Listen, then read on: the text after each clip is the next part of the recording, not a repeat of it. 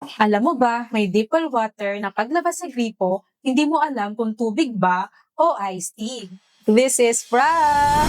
Minsan, malinaw sa umpisa. Pero pag naiwan sa timba, biglang nagiging yellowish. Kadalasan, naninilaw ang deep well water dahil may iron, manganese, sediments, o ibang minerals na sumasama sa tubig mula sa ilalim ng lupa.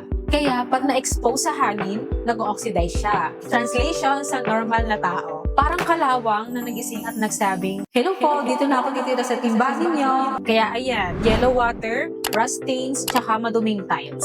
Gripo na parang may orange color, CR na may kalawang. Era, naninilaw na deep well water, ano bang pakialam namin?